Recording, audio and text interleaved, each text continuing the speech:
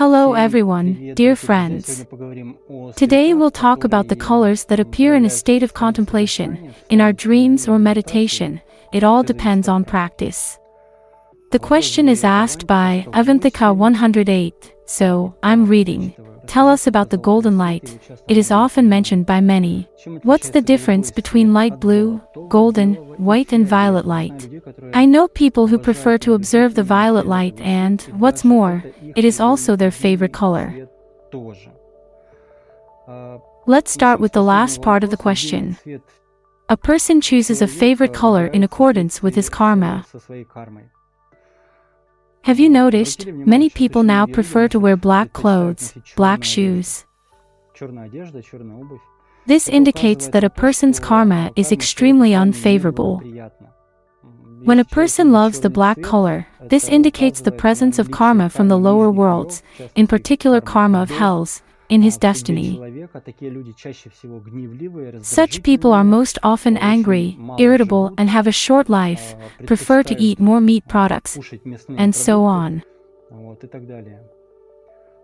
Regarding violet light, it is loved by people who have a very highly developed intuition, very advanced subconscious. The violet light, also light blue and dark blue emanation, have approximately identical nature. The source of these energies is the same, but violet light is more connected with the active third eye, with the working ajna chakra, particularly with this energy center. When a person loves violet color, this indicates a very highly developed subconscious, his intuition is open at a very high level. His third eye is active. When a person doesn't like violet light, somehow neglects it, this speaks of blockages in the third eye area, and in such people this center is inactive. The third eye is an energy center which is, essentially, a bridge to the spiritual worlds, to the holy heavens, one might even say to all the sublime realms. It's such a connecting link between our material world and the spiritual spheres. The implementation at the ajna chakra level is self-sufficient.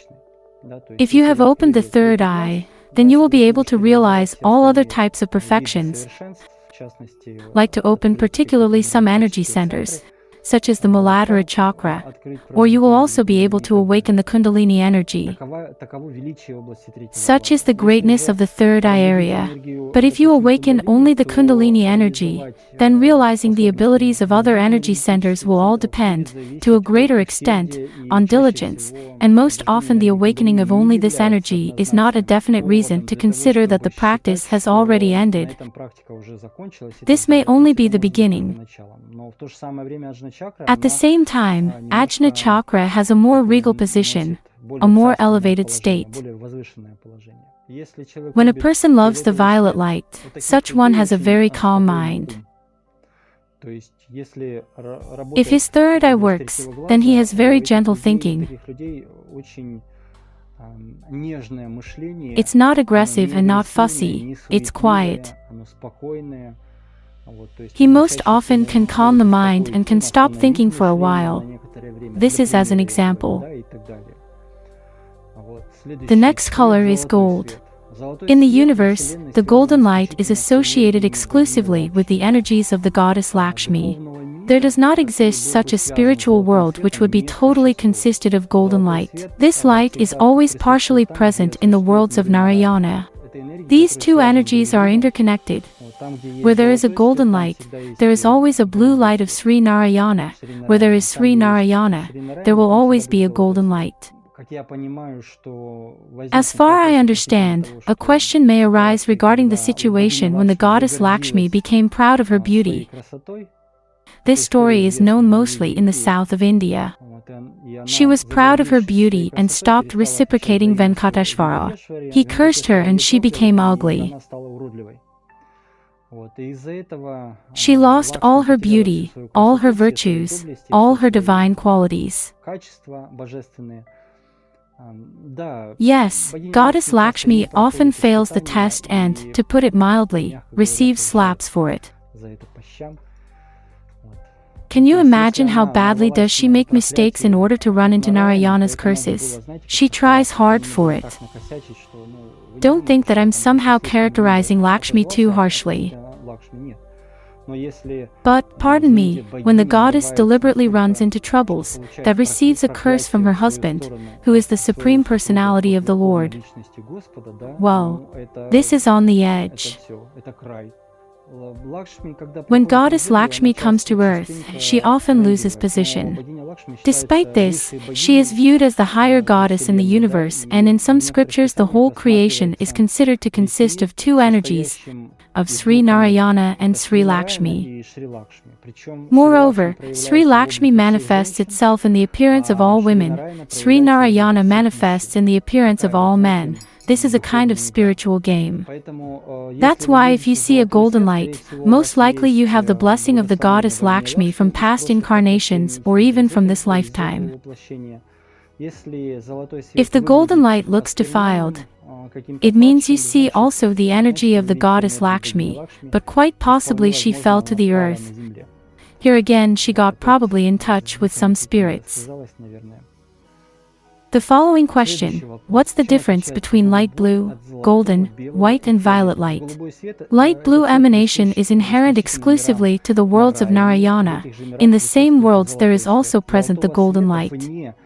Golden light does not exist outside the worlds of Narayana, and a very small number of goddesses can boast of the presence in themselves of golden light. Basically, they possess more aggressive lights in their auras. This is the blue color with a shade of dark blue, or it may be a light blue color with a shade of dark blue. I would even rather call this color lightning in the night, when the night doesn't look absolutely black but seems to be dark blue. Well, it actually looks like this. This is what the energy of many goddesses looks like in the tradition of Hinduism. White light is the light of pure mind, and it also represents mourning, for that matter. In the tradition of Hinduism, it's worn exclusively by women in mourning, and they wear it for the rest of their lives. They don't take it off. But we have everything just the opposite. We have, in fact, a lot of distortions. A woman should under no circumstances get married while wearing a white veil and a white dress. Yes, it would mean that energetically she is in a pure state, but on the other hand, she attracts the energy of mourning. She gets married in an energetically depleted state. There are no emotions in the white color. But women by nature are the personification of the Shakti, of the energy, of the goddess Lakshmi. Can you imagine the goddess Lakshmi without emotions? She is always depicted in red clothes. In Hindu tradition it is considered that a woman should get married exclusively in red clothes. Red is a wedding color. It's not the color of aggression, but, on the contrary, is the color of emotion at its peak perfection. It means a woman should be the personification of the Shakti. She should be the embodiment of an endless flow of energy, so in no case should it be worn white wedding clothes. In the same way, a man should under no circumstances wear a black wedding suit. Especially rulers should not wear a black costume to any meeting. Imagine, the black is the color of the worlds of hell, and our president goes to events in a black suit. Initially, for any agreement, for any event, non-pure energy is attracted. Of course, there should be more sublime shades, there should be more blissful colors. The inner universe is managed by energies, by lights, colors, and this must be taken into account. This is of no small importance. White color, as I already said, characterizes worlds of Brahma. He is most often manifested inclusively by the traditions of Christianity. It's well known and is generally accepted the painting of temples in white color, which is considered a symbol of purity. But again, this is a distortion in accordance with the European mentality, with those karmas that dominate this part of people's lives. Next comes a question regarding the violet color. This is the color of the energy of the third eye area. It also dominates in all universes, especially in the higher spiritual worlds. If you look at the curtain behind me, imagine that you magnify and refine this color another 3 or 4 levels to make it even lighter and almost pleasantly recognizable. Try raising it to a slightly lighter tone. This kind of light can be seen in the spiritual worlds. It is also connected with the worlds of Narayana, not with any other individual worlds. When we see violet emanation in the structure of the astral body of a person, then such an individual has a very active area of the third eye. In all indigos, by the way, you can see also the light blue emanation from their astral body. This indicates to their active third eye too. Light blue and violet colors are directly related to the work of the third eye. If a person, as I already said, has in aura a predominant color of black, this is a clear indicator of a large amount of karma from the lower worlds. I had recently a vision. I saw a duel. One of the participants was a very sublime spiritual being. This person is connected with the worlds of Narayana. He climbed a small hill and found 2 people there. They were a couple of man and woman and lived on this mountain in some kind of makeshift tent. The vision itself indicates that they conducted spiritual practice, but this practice was false. It was based on some mistaken conceptual understandings. As I could get, they were in a Shaivism tradition, because this small hill was located at the foot of the Mount Kailash. I saw it from a short distance and I understood that this was the mountain of the Lord Shiva. He literally hated this man and woman, because the Mount Kailash radiated such a heart and soul, chilling cold, that it was clear that Lord Shiva simply despises these 2, as I understood, fallen personalities. This is due to the fact that they performed some techniques related to the practices of Tantra, but this teaching was false. They were somehow performing techniques that were contrary to the original Vedic teaching. It was a false path and everything was based on pride. That's why Lord Shiva hated them. So, they lived in some kind of tent and, as I could get, just had sex there. And that was all. Everything else was considered to be dedicated to spiritual practice, but it was a false understanding. There was nothing connected with spirituality there. I am now trying not to call things by their proper names. Later, of course, I'll explain and clarify all this. At some point, a very sublime spiritual being appeared, emitting a very powerful light blue emanation. When he approached, it seemed to me that there would be some kind of battle. Those 2 began to jump out of their tent, and they had no clothes. Their low energy level was so primitive and pathetic that these people, despite the fact that they were performing meditation techniques and even chanted mantras, were nevertheless in some kind of defective state. And it seemed to me that the intentions of this angry deity, who appeared from the worlds of Narayana, were so aggressive that there was an impression that there would now be some kind of war. I thought he was about to grab his sword or something else might have happened. But, finally, everything happened exactly the opposite. This deity approached and simply began, by the power of his spiritual realization, to extract some pure sacred energies that were in the astral bodies of this man and this woman. And literally within a few seconds I saw how these 2 souls began to fall into the hellish world. He extracted from them the energies of mantras, of some sacred scriptures and knowledge associated with the traditions of Hinduism. Due to these energies, these unclean creatures continued to be held in this material world to live here. So he took away these holy energies from them, and they began to fall. I literally saw them falling down to the lower world. In their astral bodies remained only dirty energies from the worlds of hungry spirits in hell, the energies of desecration, of some unclean pride, and so on. Both of them were punished in the same way. First, as I could observe, he dealt with the man, who immediately flew down. There was also an interesting moment. One of the special symbols was applied to the skull, more exactly to the area of the jaw, so that the mouth remained closed forever. Subsequently, he did the same thing to the woman. And when he took her energy, she began to correspond to the energy of fallen women. Well, we call them prostitutes. I was looking at her and wondering. She was short, pretty, I would even say very beautiful. But when he took her energy, she literally became like a homeless woman. At the time, I watched her and saw her next incarnation. It was clear that in subsequent incarnations she would be exactly the same as I said earlier. I will not repeat these names. She'd fall into the lower world.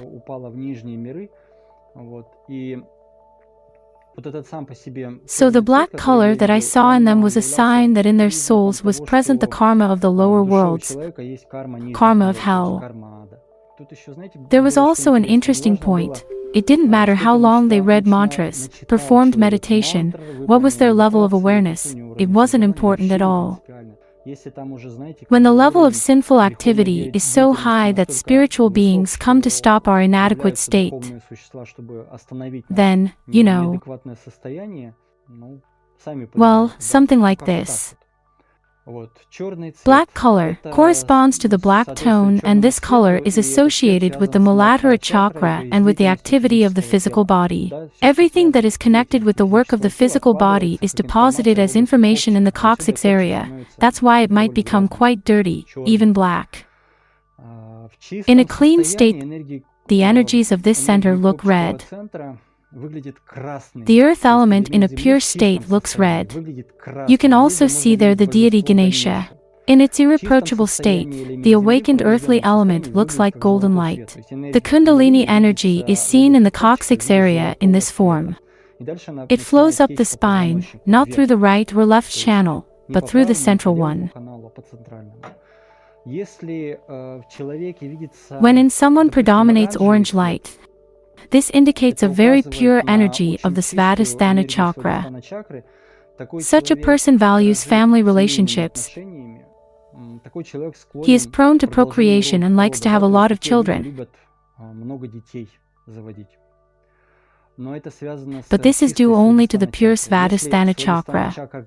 When the Svadhisthana chakra is not clean, then sex is preferred too much, and there's seen an orange color interspersed with brown or some kind of dirty orange color. When a person is passionate and aggressive, then the orange will be combined with red. When passionate and angry, it'll be mixed with black. There may also be a passion based on greed. Let's say, for many men intimate relationships are already like a sport, the more the better for them. This turns into the karma of hungry spirits. Such karma carries away souls to the world of hungry spirits, according to the tradition of Hinduism. When you see the color yellow, it's the color of the energy of pure intellect. The aura of all intellectuals is dominated by such a soft yellow color. It's very beautiful and sweet. Such people have a pleasant way of thinking, nice mind, they're very calm.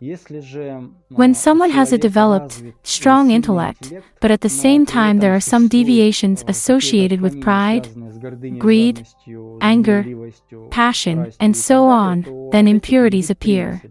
For example, yellow with black indicates an intellectual, but angrier person. Yellow with red means the domination of emotionality and irritability. Yellow with brown means the use of the intellect just for one's own benefit. The greed is present there.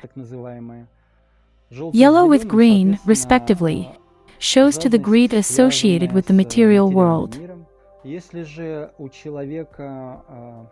When someone has a yellow color of Manipura chakra energy, and over time it becomes impure, then through desecration it goes from the state of yellow to dirty red, dirty yellow, or just brown. In such people, the Manipura chakra looks polluted. There might be also just a brown color and, respectively, the astral body is colored in the same way. If brown color dominates, this already indicates to the karma of hungry spirits. Such souls most often subsequently can be reincarnated in one of the lower worlds, in particular in the world of hungry spirits, as I said. But in material life, they begin to suffer from gluttony. They all begin to increase their body weight and, in particular, their belly swells. People who have a very large belly, a bulging one, regardless of whether this is a woman or a man, have a problem with Manipura chakra, the umbilical center. This center is connected with the intellectual activity. All their energy goes away from the activity of the intellect, and they really love to eat. They really love to cook. You know, if to go to such people's page, it is literally full of recipes for all kinds of cooking, and so on. But it's one thing when a woman takes care of children and is looking for some interesting dishes to feed, and another thing is when the children have already grown up, and this person is still looking for food. This is also a form associated with karma of hungry spirits. I'll eat it myself. I'll eat again. I won't give it to anyone. I will not share it with anyone. As a result, the body becomes obese. A person gets fat and overeats. All fat people have karma of hungry spirits. This does not apply to clergymen in the Hindu tradition. We also do not consider clergymen of the Christian tradition. Meat eating flourishes there. In the Hindu tradition, many pujaris look full-bodied. This is because the deities are offered much sweet food, and this food contains many flowers. Besides this, they lead a sedentary lifestyle and are mainly engaged in serving the deity, wearing garlands, removing garlands, carrying, reciting mantras, and all this is usually a sedentary task. Even if they eat a little at a time, and that's exactly how they do it, it always turns out to be nourishing, always tasty, it's always prasada, always impossible to refuse it, and as a result, many pujaris gain a little weight. There are also very obese people, but their obesity doesn't manifest itself in the same way that it manifests itself in us when we engage in meat eating. Eating meat makes a person look disgusting. In Hinduism, a vegetarian obese person, well, somehow looks different. His appearance is more decent. This was about the yellow color. As for the green shades, these colors are associated with the heart center in which our soul is located. This is the chest center. In a pure state, when seeing light green colors in the astral body of a person, the working heart center is predominant. This is one of those chakras from which spiritual practice begins, which you already need to pay attention to. This is also a self-sufficient chakra. The Christianity is connected directly to the heart chakra, to the center of love and soul. The level of Christianity is right here. Here, basically, is located the compassion and mercy, love, and so on. While in a pure state the heart center looks like a delicate light green, in an unclean state it will appear green or dirty green. It may also be green with black, green with red, green with brown inclusions, green with gray inclusions, or all sorts of shades. These are also all those deviations that can manifest themselves on our material level in an unclean state.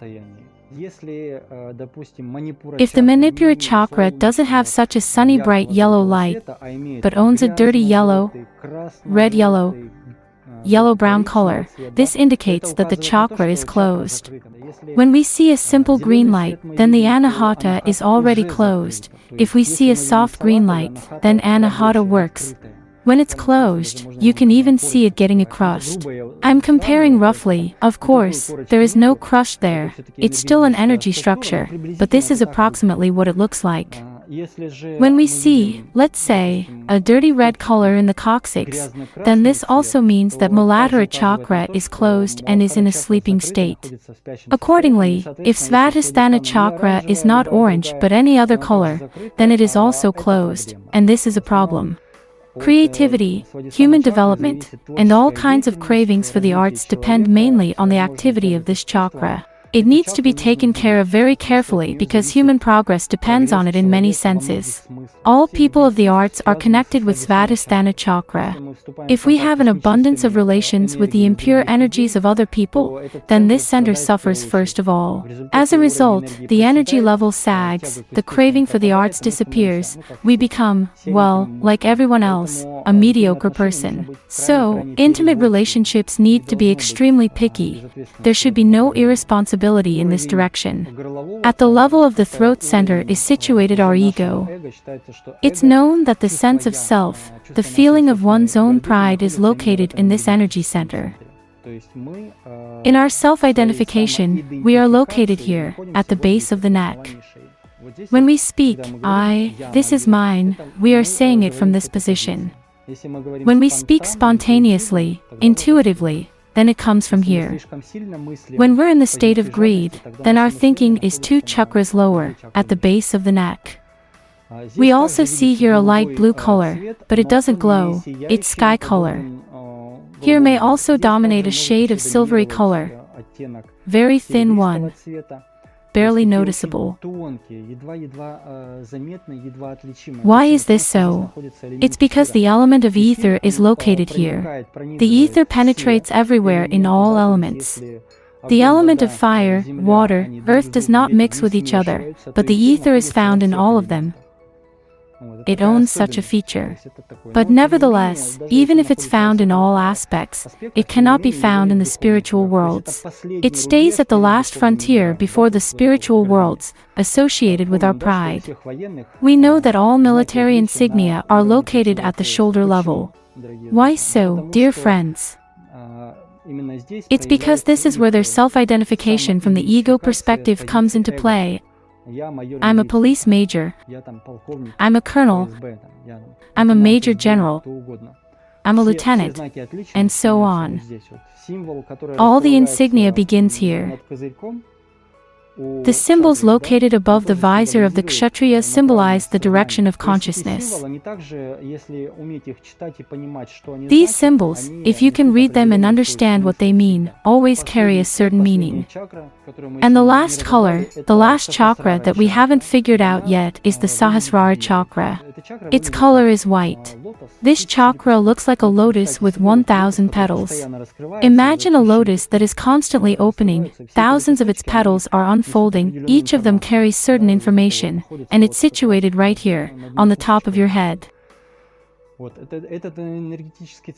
This energy center is connected with white light, but this light is associated with a certain intensity of brightness. This light must be in a state of powerful radiance. It's not just a white light like milk. It's a shining light, do you understand?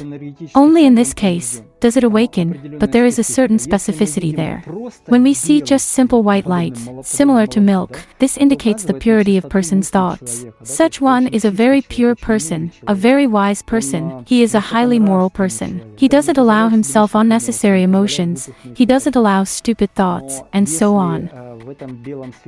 But if in this white light there is an awakening of the light of the higher worlds, this indicates that a person has realizations. Well, you need to see it, but it's already too elevate, dear friends, not today. In general, something like that. Let's see, white, purple, gold, everything you asked, I answered. Write questions, if something is not clear, we will discuss it. We've gone through all the chakras, see you again.